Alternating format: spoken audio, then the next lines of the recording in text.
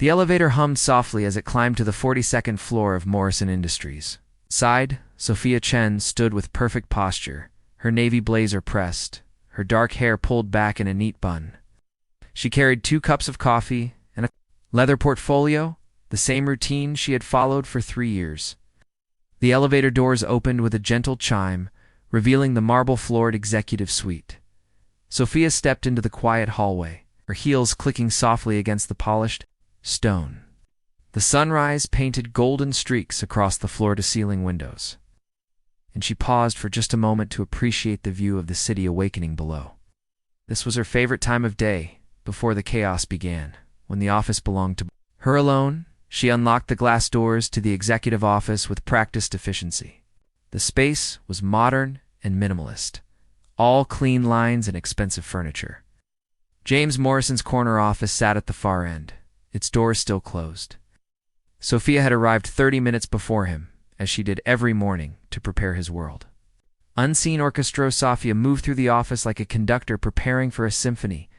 She adjusted the blinds to filter the morning light perfectly, knowing James preferred soft illumination during his first hour.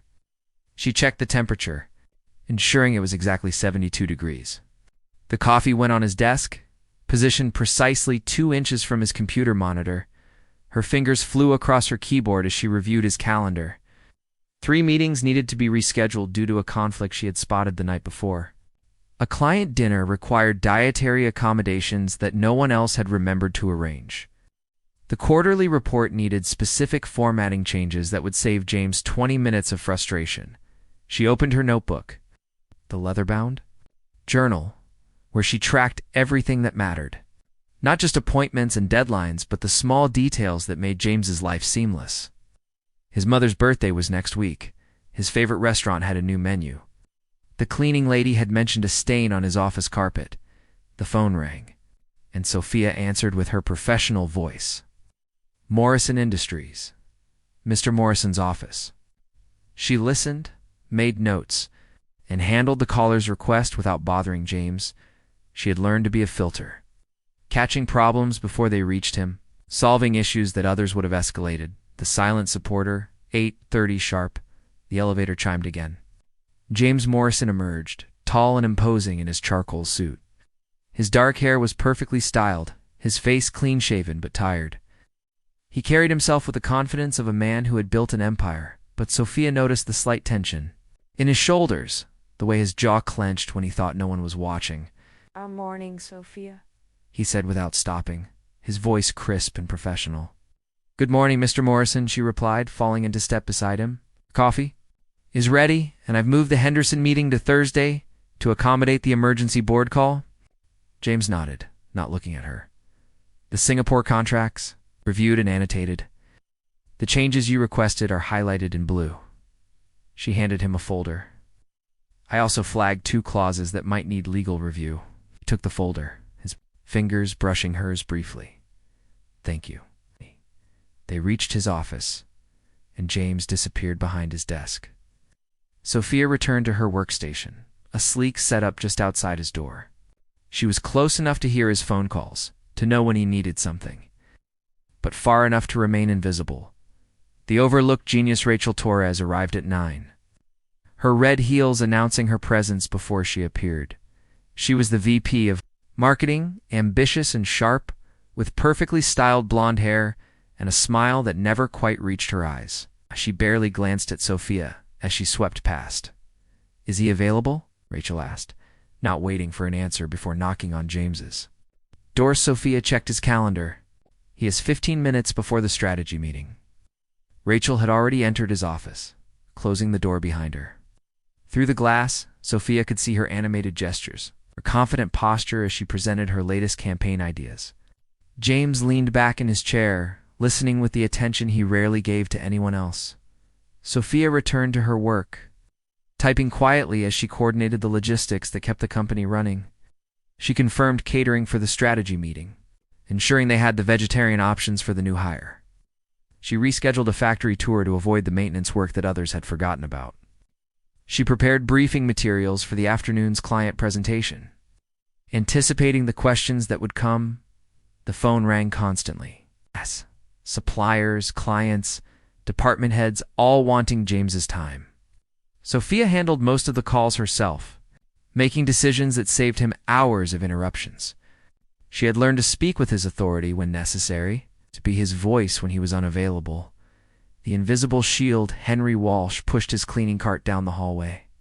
His gray uniform crisp, despite the early hour, had worked security at Morrison Industries for 15 years, and his wise eyes missed nothing. He paused at Sophia's desk, his weathered face creasing into a smile. "Morning, Miss Chen," he said quietly. "You're here early again?"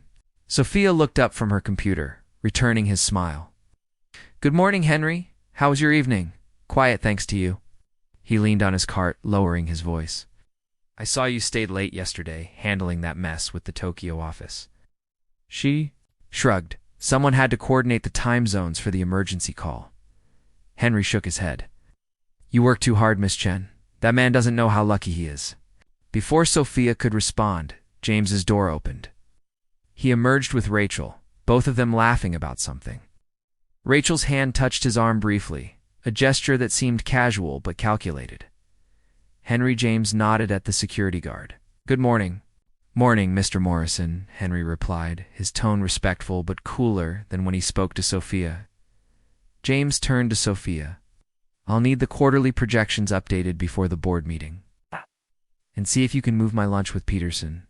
To tomorrow, of course," Sophia said, already making notes.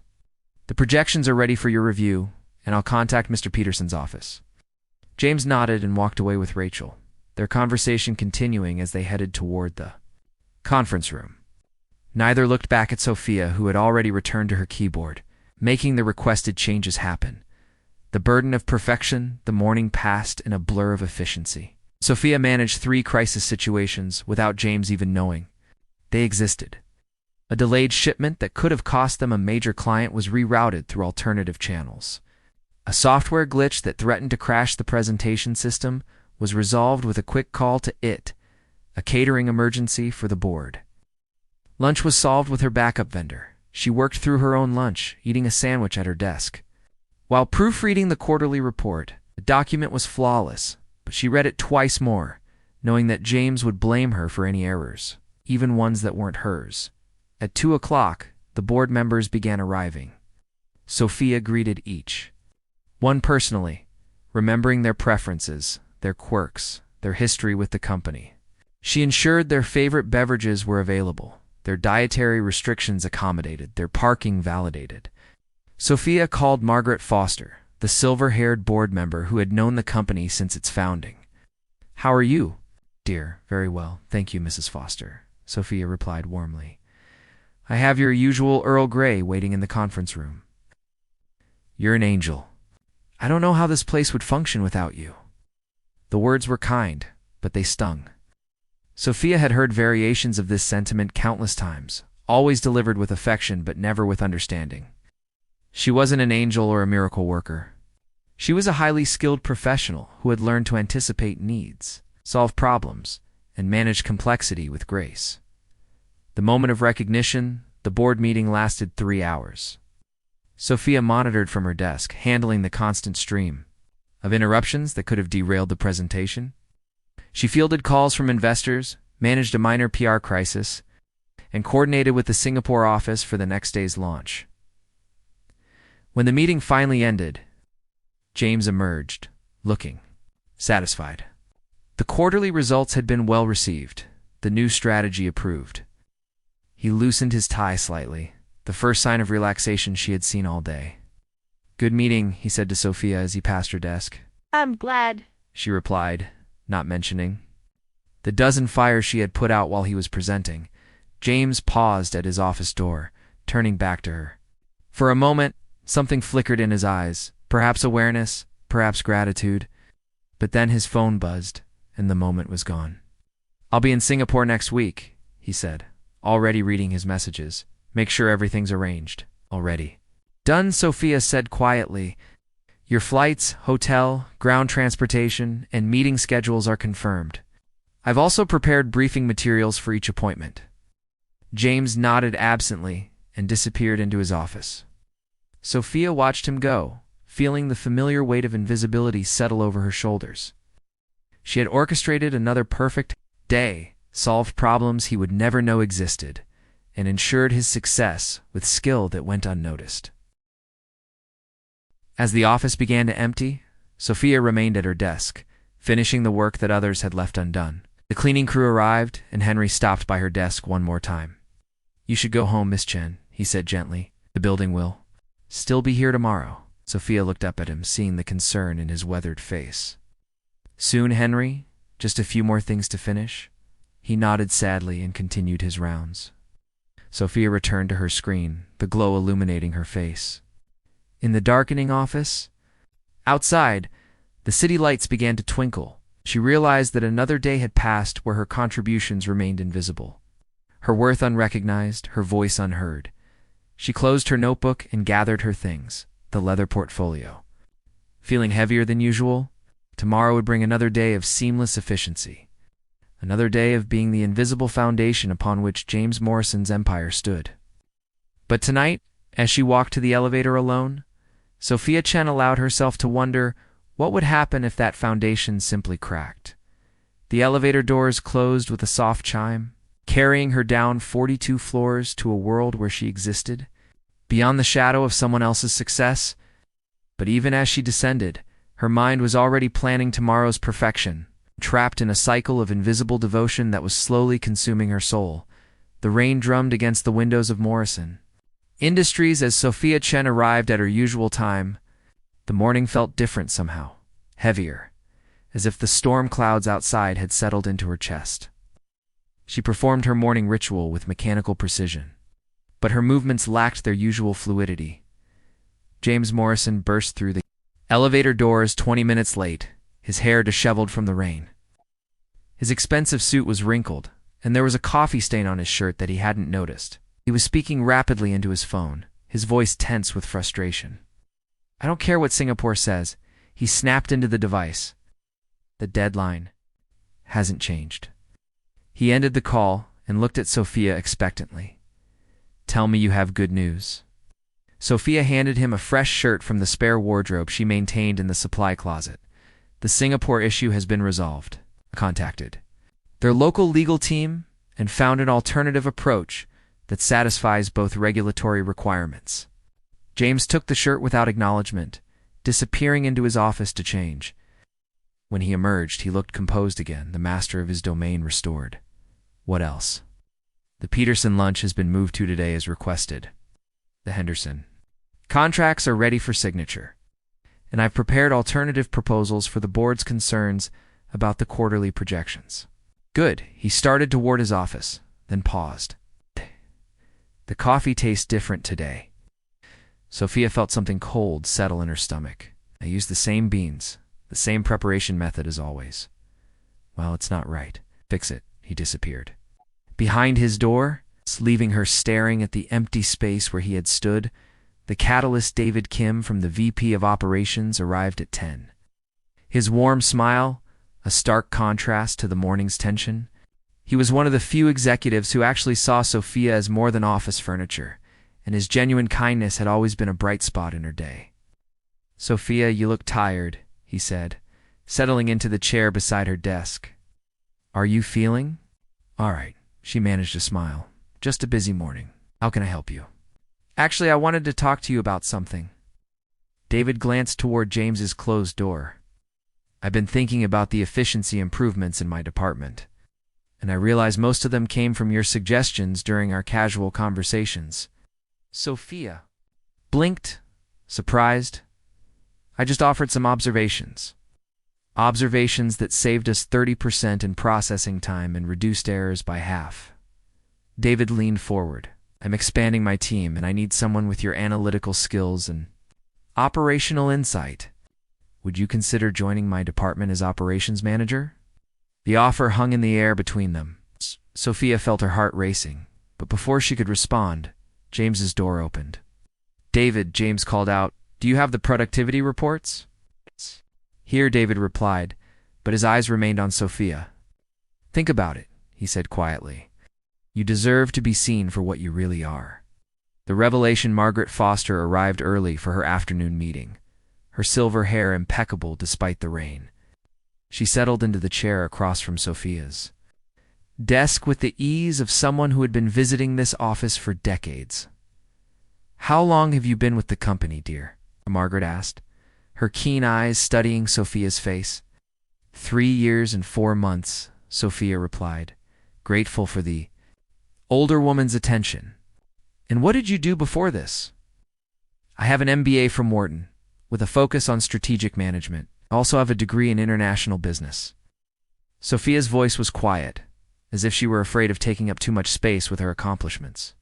Margaret's eyebrows rose. "Wharton? My goodness, you're overqualified for an assistant position. I needed experience in a major corporation. I thought this would be a stepping stone." "A stepping stone that became a comfortable cage," Margaret said gently. "I've been watching you, Sophia. You run this office with more skill than most executives manage their entire departments." Before Sophia could respond, James emerged from his office. "Margaret, good to see you. Shall we begin?" "In a moment," Margaret replied, not moving from her chair. "I was just learning about Sophia's impressive background.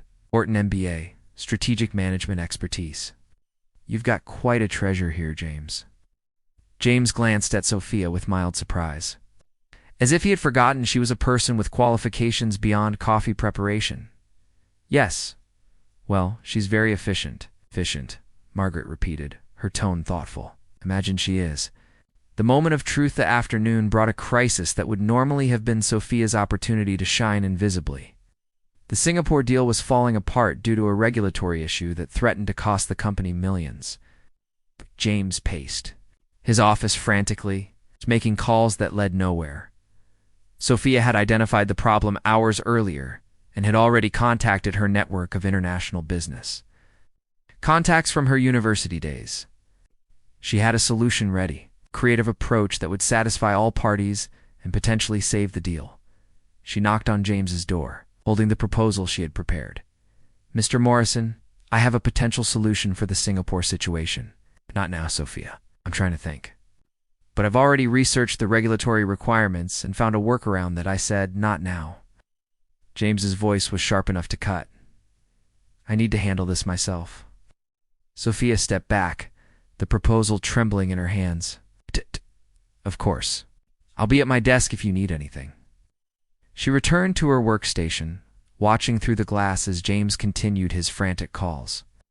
His stress was palpable, his usual composure cracking under pressure. She could end his suffering with a single conversation, but he had made it clear that her input wasn't wanted. An hour later, James emerged from his office, his face gray with exhaustion. "I need you to get Peterson on the phone. Contact the legal team. We might have to pull out of the Singapore deal." "Sir," Sophia said carefully, "I have a proposal that might help." James looked at her with irritation. What kind of proposal could you possibly have? The dismissive tone hit her like a physical blow. 3 years of invisible excellence, of problems solved and crises averted. He still saw her as nothing more than a glorified secretary. "Never mind," she said quietly. "I'll get Mr. Peterson on the line." The decision Rachel Torres swept into the office at 4 o'clock, her red heels clicking with authority. She barely glanced at Sophia as she headed directly for James's office, not bothering to check if he was available. "James, darling, I heard about Singapore," she said, her voice carrying clearly through the glass. "Don't worry, I have some ideas." Sophia watched as Rachel animated her way through a presentation, her gestures confident and commanding. James listened with the attention he had denied Sophia, nodding appreciatively at suggestions that were less informed than the proposal sitting unused on Sophia's desk. "You're brilliant," Sophia heard James say. This could actually work. Rachel's laugh was bright and triumphant. "Of course it will work. I've been thinking about international expansion for months." Sophia felt something break inside her chest. She looked down at her proposal, the hours of research and careful analysis reduced to irrelevance by the simple fact that it had come from the wrong person. She folded the document carefully and placed it in her desk drawer. David Kim appeared at her desk, his expression concerned. Sophia, have you thought about my offer? She looked up at him, seeing kindness in his eyes that she had forgotten existed. Can I give you an answer tomorrow? Of course. But Sophia, he glanced toward James's office, where Rachel was still holding court.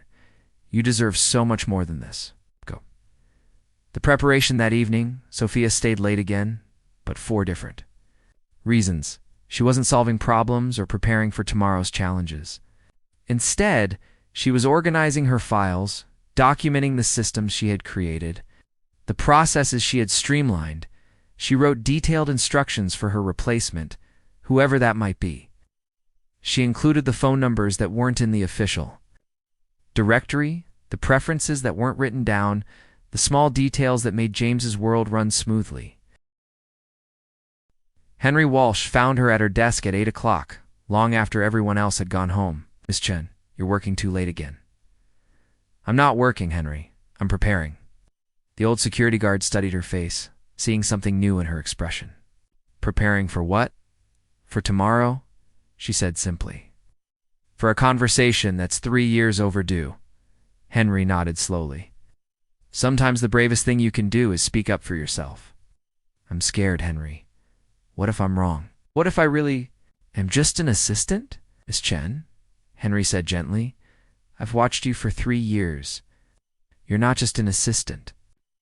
You're the heart of this place, and it's time someone recognized that.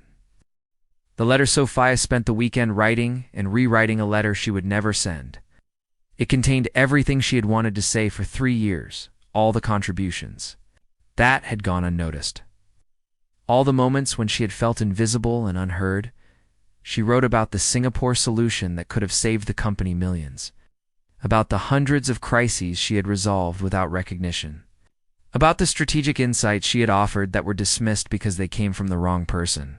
But most importantly, she wrote about respect. About the basic human dignity that every person deserved, regardless of their title or position. About the difference between being efficient and being valued. Between being useful and being seen. She sealed the letter in an envelope and placed it in her desk drawer, next to her resignation letter that she had also written but couldn't bring herself to submit. Tomorrow, she would make a choice that would change everything. The rain had stopped. But the storm inside Morrison Industries was just beginning. In 12 hours, Sophia Chen would walk into that office and decide whether to remain invisible, or finally step into the light, no matter what the cost. As she turned off her computer and gathered her things, Sophia felt a strange sense of peace. For the first time in 3 years, she was about to speak her truth. Whatever happened next, she would face it with the dignity she had always deserved. The elevator doors closed behind her, carrying her down to a night of preparation for the most important conversation of her professional life. Tomorrow, the invisible foundation would crack. James Morrison would finally learn what he had been taking for granted. The sun rose clear and bright over Morrison Industries, casting sharp shadows across the marble lobby. Sophia Chen stood at the building's entrance. Her reflection multiplied in the glass doors. She wore her best navy suit, her hair pulled back with confidence rather than submission. In her hand, she carried a single envelope. The elevator ride to the 42nd floor felt different today. Instead of the usual weight of preparation, Sophia felt a lightness she hadn't experienced in years. She had made her decision, and with it came a freedom she had forgotten existed. She unlocked the office doors and stepped into the familiar space. But she didn't perform her morning ritual. Instead, she walked directly to her desk, placed the envelope in the center of James's workspace, and sat down to wait. James arrived at his usual time, already talking on his phone. He noticed immediately that something was different. No coffee waited on his desk. No daily briefing sat beside his keyboard. The blinds remained closed, and the office felt strangely hollow. I'll call you back, he said into his phone, ending the conversation abruptly. Sophia, where's my coffee? Good morning, Mr. Morrison, she said calmly. I'd like to speak with you about something important. James frowned, glancing at his watch. I have a meeting in 15 minutes. Can it wait? No, sir, it can't. Something in her tone made him pause. He looked at her more carefully, seeing her in a way he hadn't bothered to in 3 years. All right, what's this about? The conversation, Sophia stood up, her posture straight and confident. I've been thinking about my role here, and I realize that we need to have a conversation about expectations and recognition. James's frown deepened. Recognition? You're well compensated for your work? This isn't about money, Mr. Morrison. It's about respect. Sophia's voice was steady, measured. Yesterday, when the Singapore deal was in jeopardy, I offered you a solution. You dismissed it without even hearing what I had to say. I was under pressure. I needed to think clearly. The solution I had prepared would have saved the deal and potentially increased our profit margin by 15%. I spent 6 hours researching regulatory requirements and consulting with international business contacts. She paused, letting the information settle.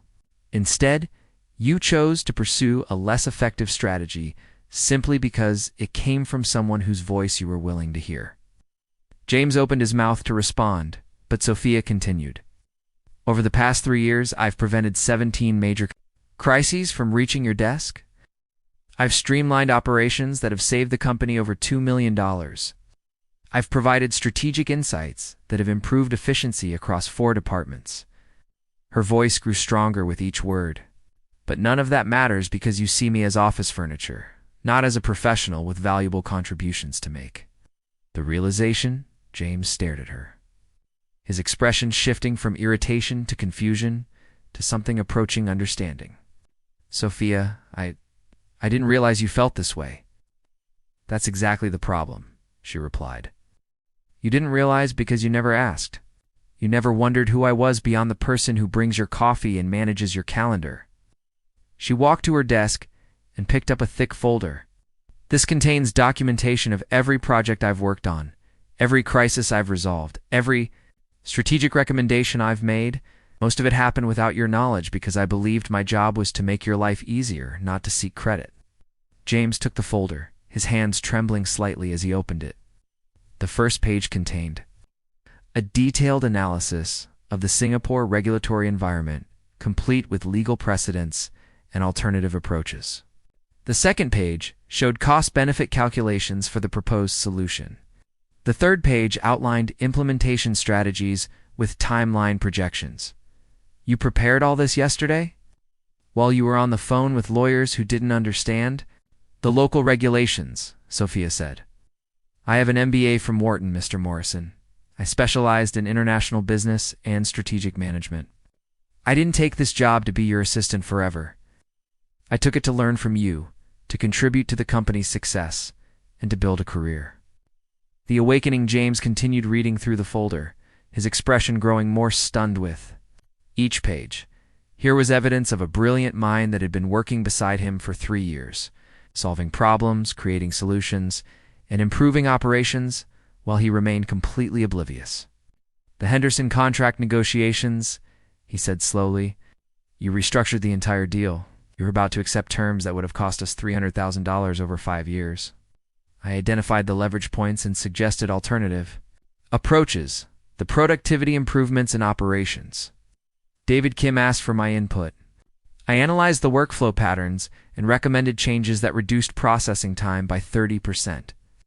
The Peterson crisis last month, I researched his company's financial situation and discovered they were cash flow positive despite their public statements. I suggested we negotiate from a position of strength rather than accommodating their demands. James set the folder down, his face pale. Why didn't you tell me? Why didn't you make sure I knew what you were doing? Because every time I tried to contribute beyond my assigned duties, you made it clear that my input wasn't wanted. You dismissed my ideas, interrupted my explanations, and treated me like I was overstepping my bounds. Sophia's voice remained. But there was steel beneath the surface, so I learned to work invisibly, to solve problems without bothering you, to make your success possible while remaining unseen.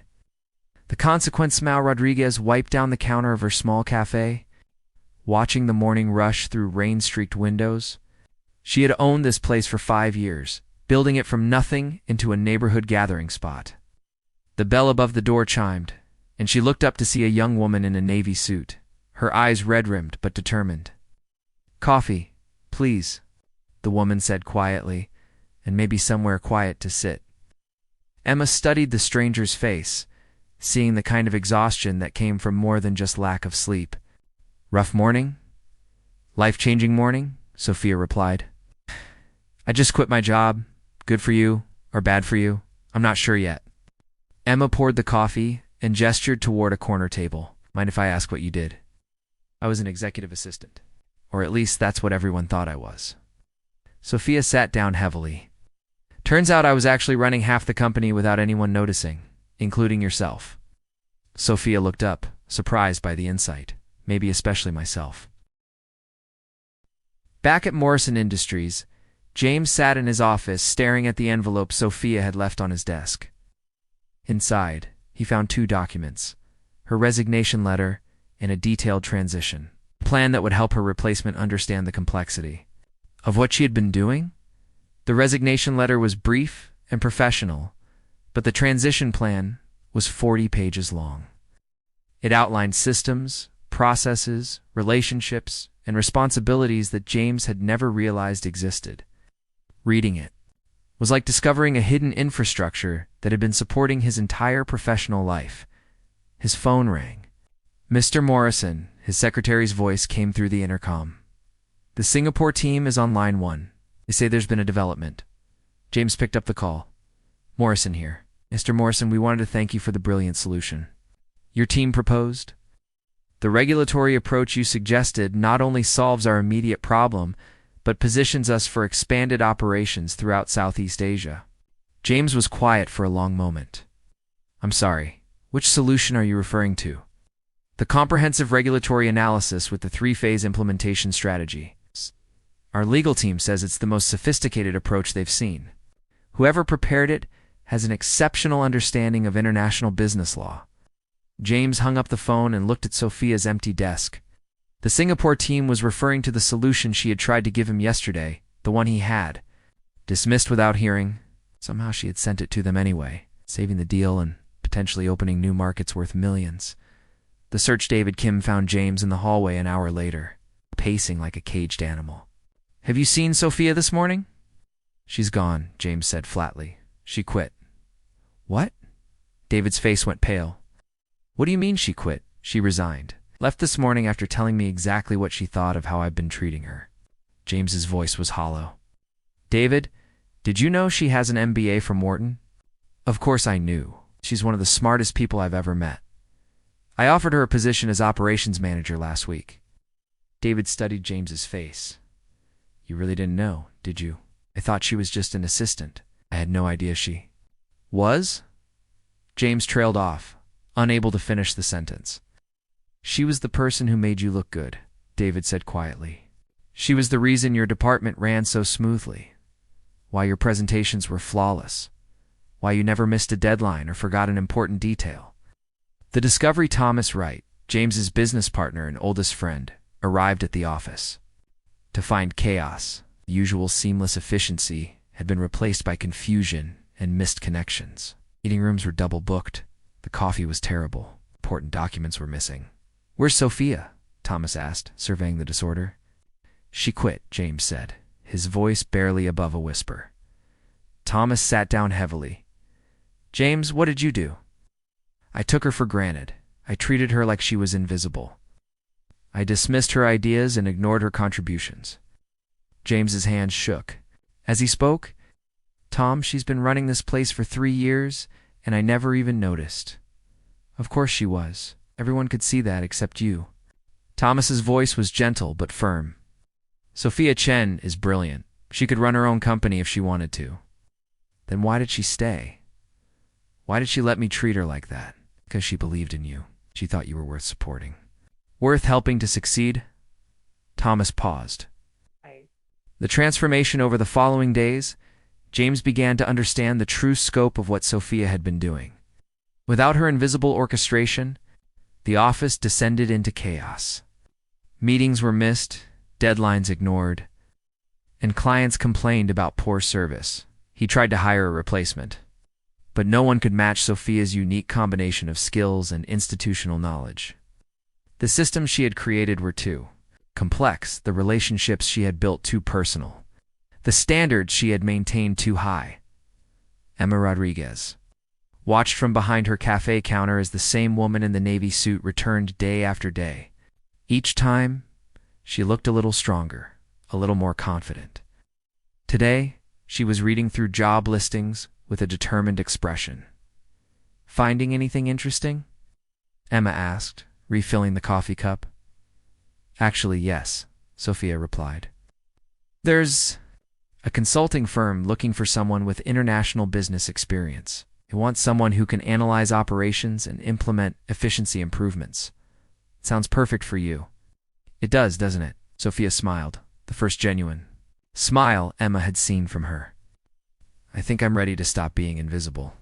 The reunion 3 months later, James stood in the lobby of Morrison Industries, waiting. He had called Sophia that morning, asking if she would meet with him. She had agreed, but only in a public place, only for coffee. She arrived looking transformed. Her hair was different, styled with confidence rather than efficiency.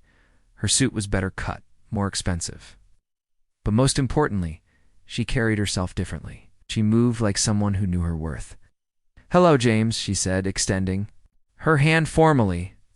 "Sophia, thank you for meeting with me." He gestured toward the cafe across the street. "Shall we?" They walked in silence until they reached Emma's cafe. The owner smiled warmly at Sophia and nodded politely to James, clearly recognizing him. From Sophia's descriptions, "I wanted to apologize," James began, once they were seated. "I wanted to tell you how sorry I am for the way I treated you, for taking you for granted, for not seeing what you were doing." "I appreciate that," Sophia said calmly. "But I need you to understand something. I didn't quit because I wanted an apology. I quit because I finally realized that I deserved better." "You did. You deserved so much better." James's voice was thick with emotion. "The company is falling apart without you. Falling apart without you. The company will be fine. We'll hire someone competent, and you'll learn to appreciate what they do." Sophia's voice was kind but firm. "And you'll be fine too, James. You just need to learn to see the people around you. The new beginning." "I have something to tell you," Sophia said, reaching into her purse. "I've started my own consulting firm. I'm helping companies improve their operations, implement strategic changes, and recognize the hidden talents in their workforce." She handed him a business card. Chen's Strategic Solutions was printed in elegant script with her name below it as president and CEO. "My first client is a tech startup that was struggling with efficiency. I've helped them streamline their operations and identify key personnel who were being underutilized. They're now profitable for the first time in 3 years." James stared at the card, seeing her name in print, seeing her finally recognized. "For what she was, I'm proud of you," he said quietly. "You. That means more than you know." "Is there any chance," James began, then stopped? "No, I don't have the right to ask. Ask anyway. Would you consider consulting for Morrison Industries?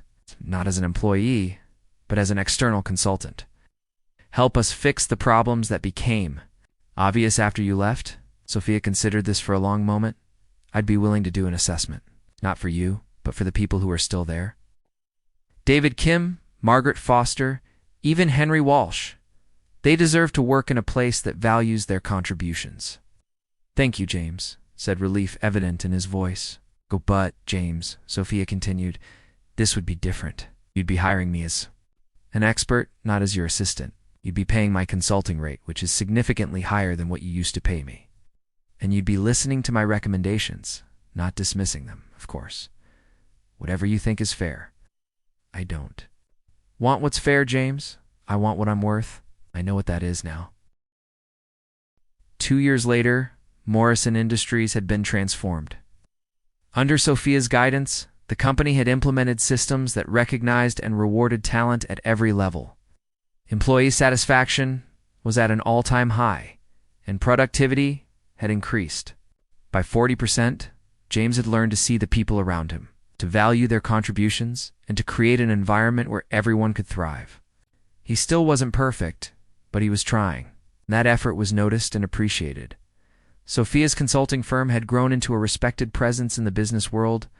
She had helped dozens of companies discover the hidden talents in their workforce, and her reputation for operational excellence was unmatched.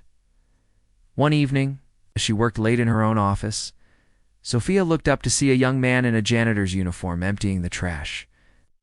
He moved with quiet efficiency, and she recognized something in his demeanor. "Excuse me," she said. "What's your name, Carlos?" "Ma'am?" "Carlos Mendoza. How long have you been working here, Carlos?" "6 months, ma'am. I'm saving money for college. What do you want to study?" "Business administration. I want to help companies run better, make them more efficient." He paused, looking embarrassed. "I know it sounds silly, coming from someone who empties trash cans." Sophia smiled. "It doesn't sound silly at all. Would you like to talk about it sometime?" "I might have some insights that could help." Carlos's face lit up. "Really? You'd do that? I'd be honored too. Everyone deserves to be seen for their potential, not just their current position."